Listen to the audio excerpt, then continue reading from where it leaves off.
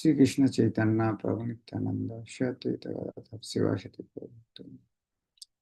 Hare Krishna Krishna Krishna Hare Hare Ram Ram Ram. Hare Krishna. If possible, please open your video.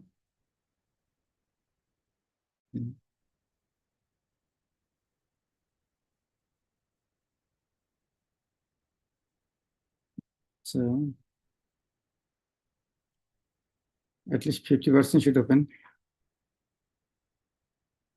Out of 36, 17. No more?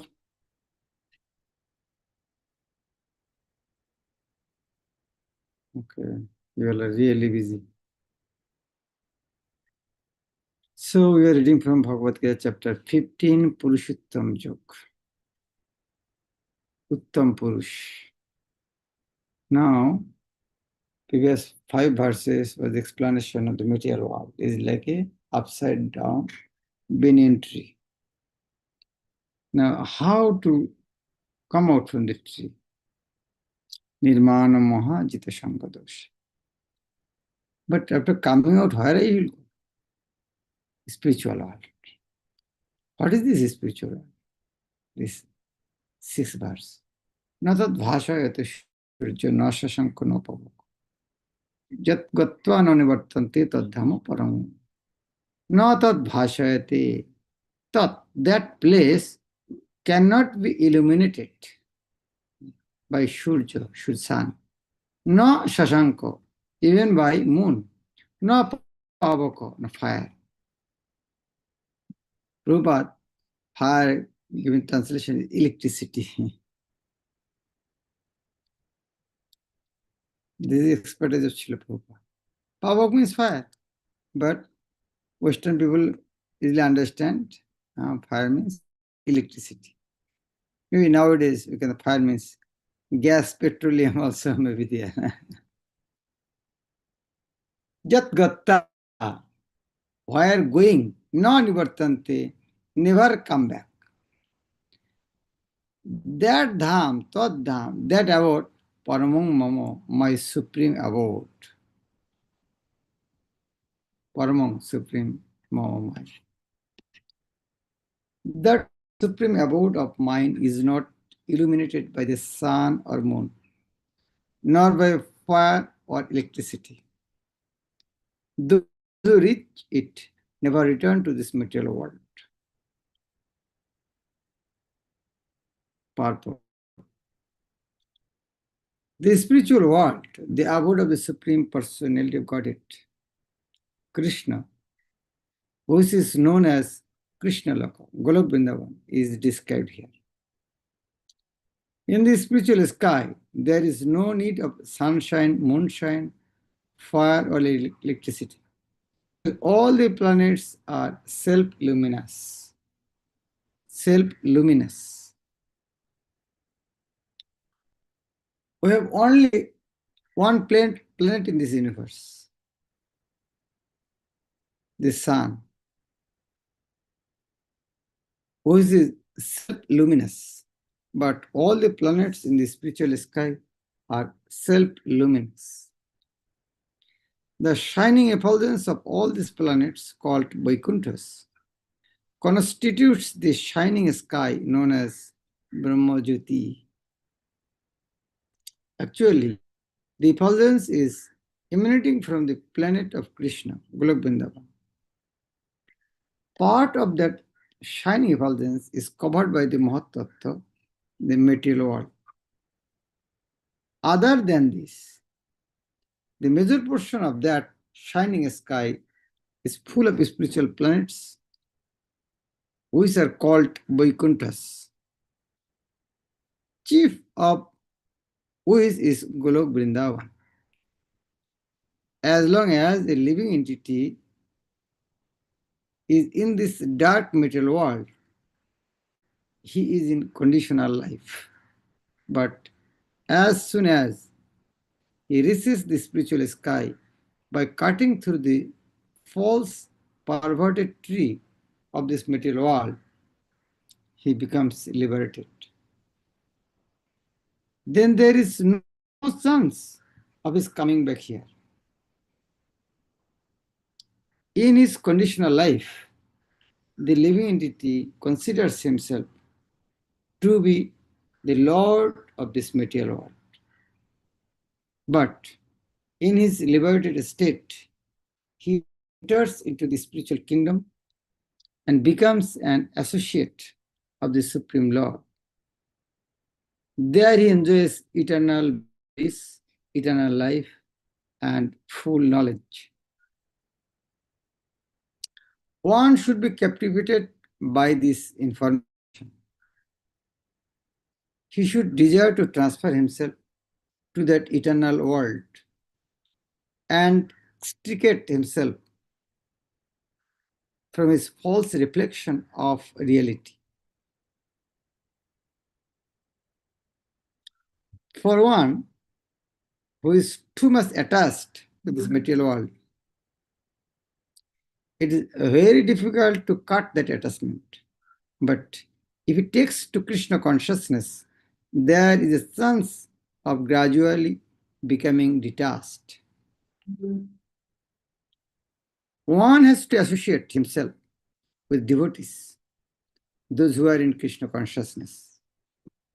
One should search out a society dedicated to Krishna consciousness and learn how to discharge devotional service. In this way, he can cut off his attachment to the material world. One cannot become detached from the attraction of the material world simply by dressing himself in saffron cloth. He must become attached to the devotional service of the Lord. Therefore, one should take it very seriously that devotional service, as described in the 12th chapter, is the only way to get out of this false representation of the real tree.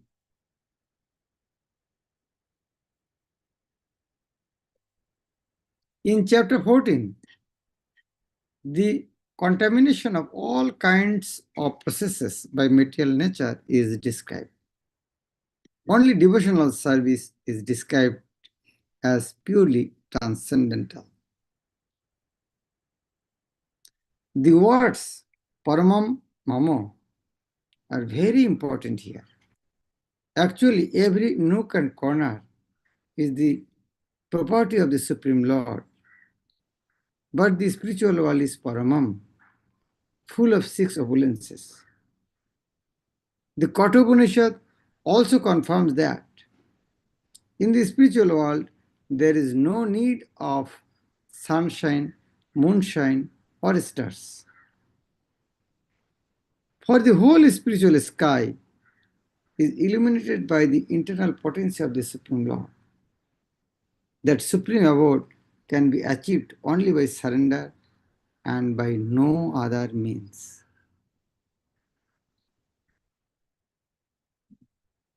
So why people don't want to go there? Why don't want to go there? So nice. One time Prabhupada asked one rickshaw puller map, join us, join a temple. He said, I heard you are not allowing us to smoking bidi. Will you allow us to smoke bidi? No, then I will not join. So he could not join because there is no chance of smoking bidi, cigarette.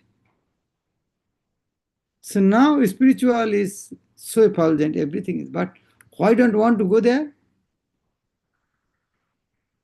Because we want to enjoy our senses here. Mamaiva jivaloke jivabhuta sanatana manashastan indriyani prakritisthani karsyate. They are my eternal fragmental part. They're supposed to stay with me, enjoy with me, serve me. But they're suffering, struggling here. Mamo evo angsho. Mamo my evo certainly angsho, fragmental part. All the living entities are my fragmental particle. And he said, evo, certainly, there's no doubt. Jivaloke, in the world of conditioned life. Jiva Bhuta, the conditioned living entity, Sanatana, eternal. Mono Shashtani, mono with the mind, Shashtani 6, in their senses. Including mind, there are 6 senses. Prakriti sthani karshati, karshayan, but is struggling hard. Where? Prakriti sthani, in the material nature. Prakriti, material nature, sthani, situated. The living entities in this conditioned world are my eternal fragmental parts. Due to conditional life, they're struggling very hard to the 6 senses, which include the mind. In this verse, the identity of living being is clearly given. The living entity is the fragmental part and parcel of the Supreme Lord, eternal. It is not that he assumes individuality in this conditional life and in his liberated state becomes one with the Supreme Lord. He is eternally fragmented. It is clearly said, Sanatanaha. According to the Vedic version, the Supreme Lord manifests and expands himself in innumerable expansions, of which the primary expansions are called Vishnu Tattva, and the secondary expansions are called the living entities. Normally, primary expansion Vishnu Tattva, secondary expansion living entities.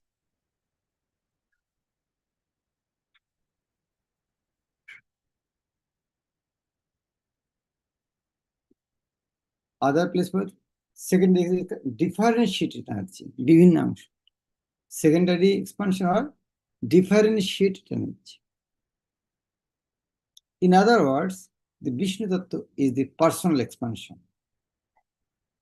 Normally, in other words, the Vishnu Tattva is personal expansion and the living entities are called separate expansion. Shangsha, Vivinnangsha. Shangsha normally Prabhupada uses personal expansion. Here also primary expansion. Vivinnangsha normally Prabhupada translated separate expansion and also is called secondary expansions. By his personal expansion, he is manifested in various forms like Rama, Lord Rama, Nishinga, Vishnumurti, and all the predominating deities in the Vaikuntha planets. The separated expansions, the living entities, are eternally servitors. The personal expansions of the Supreme Personality of Godhead, the individual identities of the Godhead, are always present. Similarly, the separated expansions of living entities have their identities. As fragmental parts and parcels of the Supreme Lord, the living entities also have fragmental portions of his qualities, of which independence is one. Every living entity, as an individual soul, has his personal individuality and a minute form of independence. By misuse of that independence, one becomes a conditioned soul, and by proper use of independence, he is always liberated.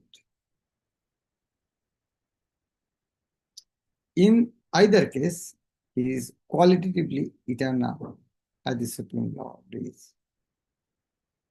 In his liberated state, he is freed from this material condition, and he is under the engagement of transcendental service unto the Lord. In his conditioned life, he is dominated by the material modes of nature, and he forgets the transcendental loving service of the Lord.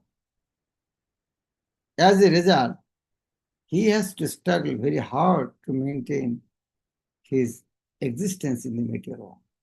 It is called struggle for existence, struggle only for survival. This is material world. The living entities, not only human beings and the cats and dogs, but even the greater controllers of the material world, Brahma, Lord Shiva, and even Vishnu, are all parts and parcels of the Supreme Lord. They're all eternal, not temporary manifestations. The word karshati, struggling, or grappling hard, is very significant. Karshati, karshan, struggling material. And when we take shelter of Krishna, there's no karshati. That is a Krishna. No karshati. Krishna. Krish means karshan. Na means no. No karshati. No struggling. If we take shelter to Krishna. The conditioned soul is bound up as though shackled by iron chains. He is bound up by the false ego, and the mind is the chief agent who is driving him in this material existence. When the mind is in the mode of goodness, his activities are good. When the mind is in the mode of passion, his activities are troublesome. And when the mind is in the mode of ignorance, it travels in the whole species of life. It is clear, however, in this verse that the conditioned soul is covered by the material body, with the mind and the senses. And when it is liberated, this material covering perishes, but his spiritual body manifests itself in its individual capacity. The following information is there in Madhan Diyan Suti. Madhan Di Nayan.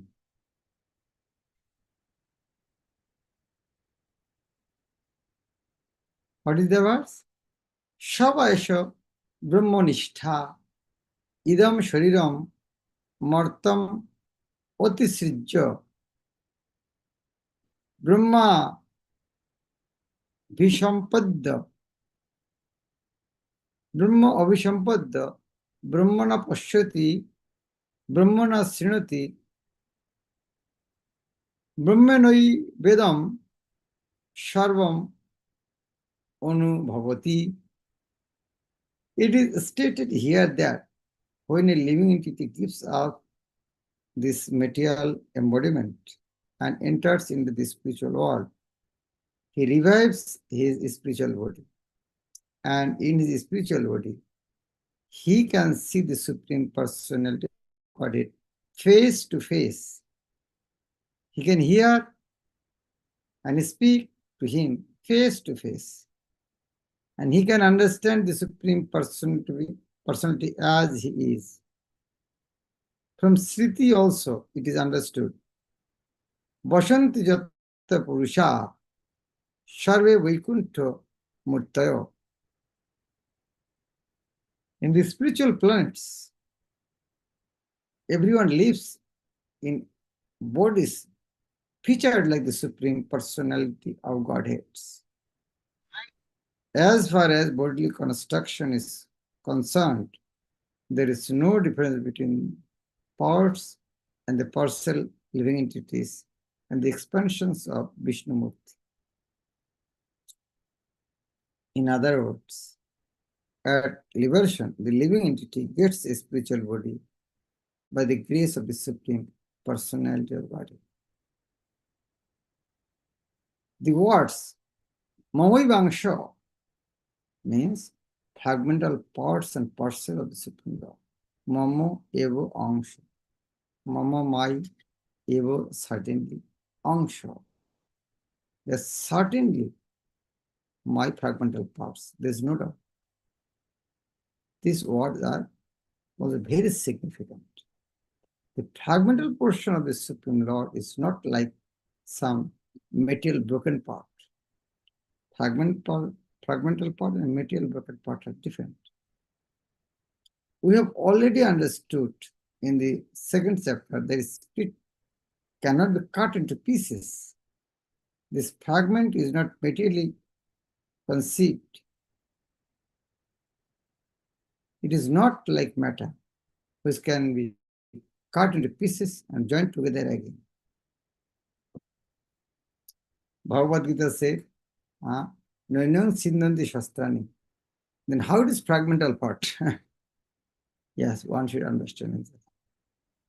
This fragmental part is eternally fragmental, not about cutting it fragmental. That conception is not applicable here because the Sanskrit word Shanatanam is used. The fragmental portion is eternal.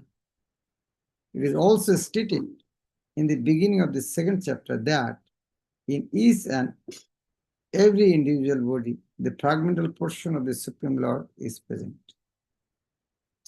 The fragmental portion, when liberated from the bodily entanglement, revives its original spiritual body in the spiritual sky, in a spiritual planet, and enjoys association with the Supreme Lord.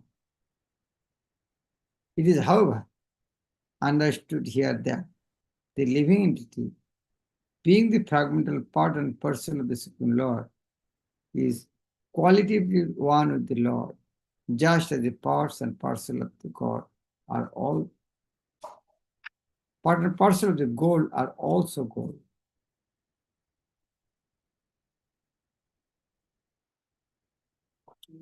Now question may come, this fragmental part and material world, this looks like same.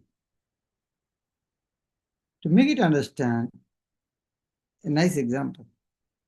When air passes through the garden, it carries fragrance, and passes over stool, it is foul smell. But air is odorless. Though soul is fragmental part, non-material, but when it associates with the matter, it looks like matter. The 8th verse is explaining that. Shariram jat avapnoti jat chapi utkramati sharam. Grititani shangjati vairugandhani vasha. Shariram, the body. Jat as. Avapnoti gets. Yat as. Chapi also.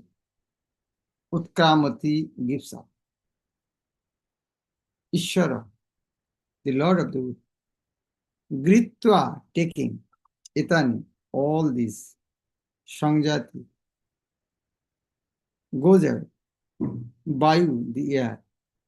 Gandhan, smells. Evo, like.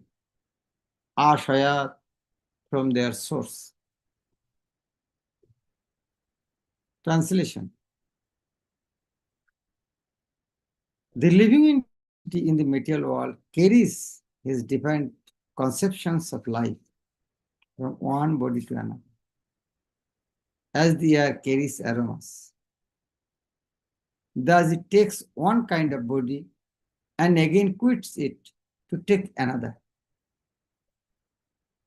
Purport. Here the living entity is described as Ishara. This word, Brahma, Ishvara, Atma, different places with different ways. Here, living entity is Ishvara. Why? That is, I think, clearly explained in 13th chapter also. Khetra, Khetra. Living entity also. Also, Gyan, Gyo. Living entity is also Gyo. Supersol Gyo, Soul Gyo. Supersol Khetra Gyo, Solar Khetra. Here also, the living entity is described as Ishara. Ishara means controller. The super soul is controller, the controller of the own body. That is why he is Isha. That is, he is also Isha. If he likes, he can change his body to another grade. And if he likes, he can move to a lower class. He is Ishvara. He is free. You want to hog or dog, or want to be demigod planet, he has own choice. Ishvara. Minor independence is there. The change his body undergoes depends upon him. At the time of death, the consciousness he has created will carry him onto the next type of body. If he has made his consciousness like that of a cat or dog, he is sure to change to a cat's or dog's body. And if he has fixed his consciousness on godly qualities, he will change into the form of a demigod. And if he is in Krishna consciousness, he will be transferred to Krishna love in the spiritual world and will associate with Krishna. It is a false claim that after the annihilation of this body, everything is finished. The individual soul is transmigrating from one body to another, and his present body and present activities are the background of his next body. One gets a different body according to karma, and he has to quit his body in due course. It is stated here that the subtle body, which carries the conception of the next body, develops another body in next life. This process of transmigrating from one body to another and struggling while the body is called Karshat, or struggle for existence.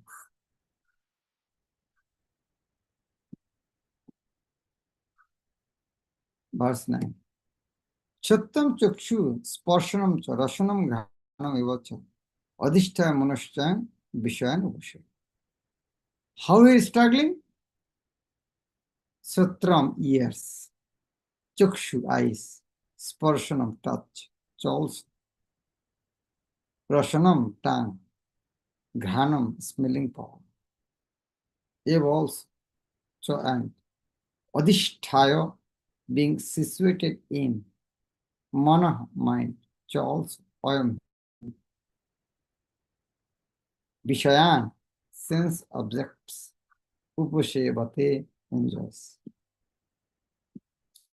Translation.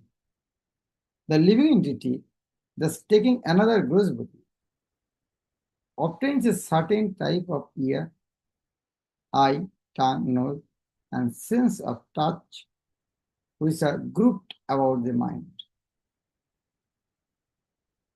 He thus enjoys a particular set of sense objects. In other words,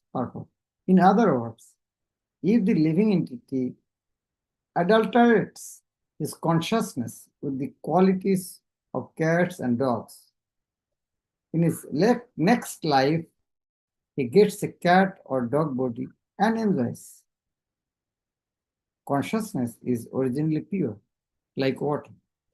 But if he mix water with a certain color, it changes. Similarly, consciousness is pure.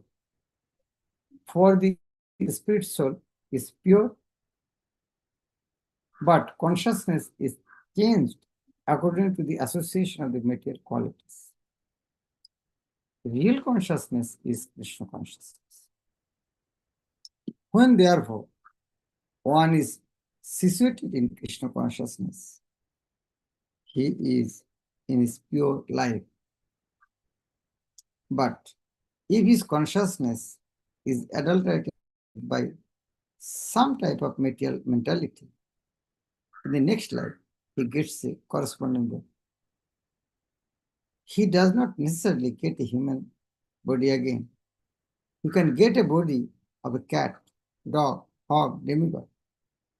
Or or many other forms, for there are 8.4 million species of life.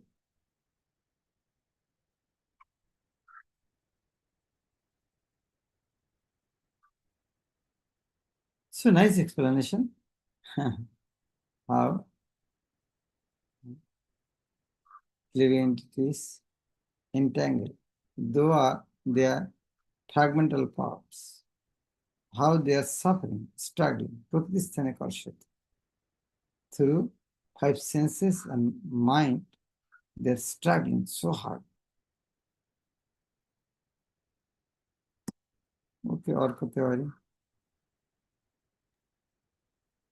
Hare Krishna Maharaj Dandavat Pranam. Maharaj, my question is regarding that particular this Karshati word, because that we read in Srimad Bhagavad Gita that demigods are also not immortal ojo. So my question is that Krishna says in the Bhagavad Gita, those who worship demigods, they go to their planet, and those who worship me, they come to me. So if the demigods are not immortal, then that souls who reaches to them, then they have to take birth. So my question is that they have to take birth again in Mrityuloka or some another planet. So that's my question, Maharaj. I couldn't understand. If somebody go to demigod planet, what if If someone goes to demigod planets, then they have to take birth again because demigods are also not immortal. So, yes, if demigods have to take birth, then that particular souls, those who gone to demigods planet, they also take birth to the Martaloka or some other planetary systems. ক্ষীণে পুণ্যে মর্তলোকং বিশান্তি ক্ষীণে পুণ্যে মর্তলোকং বিশান্তি Bhagavad Gita said. Guru Maharaj said it is like a 14-story building. 7 down, underground, 7 up. So if you go anywhere, you should go to the ground floor. And from ground floor, you have to other place.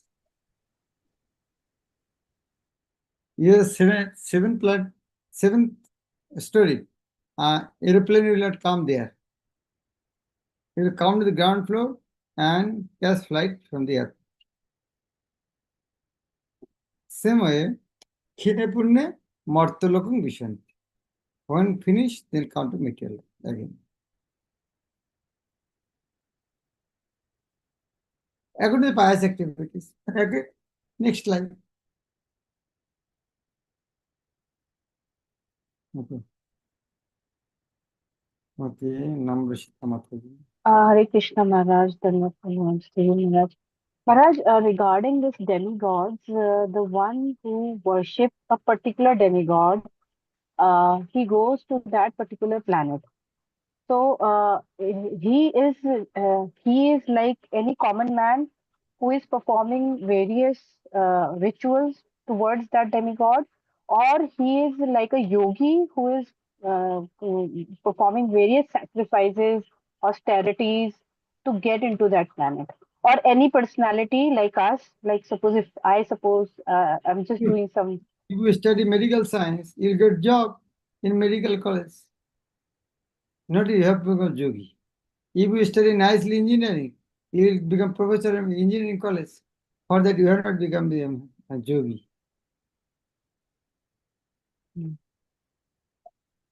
Yes, Clear? yes, Maharaj. Thank you very much.